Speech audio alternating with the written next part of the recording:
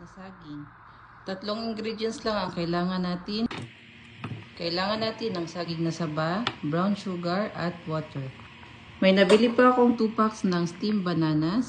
Ito po yung frozen na. Binabad ko lang muna sa tubig para medyo lumambot. Tapos iniwa ko lang yung saging sa 3 or 2 piraso. Sa mainit na kawali, ilagay po natin yung brown sugar. Huwag pong masyadong malakas yung apoy para hindi masunog yung sugar. Kapag natunaw na yung asukar, lagyan natin ito ng 1 cup ng tubig.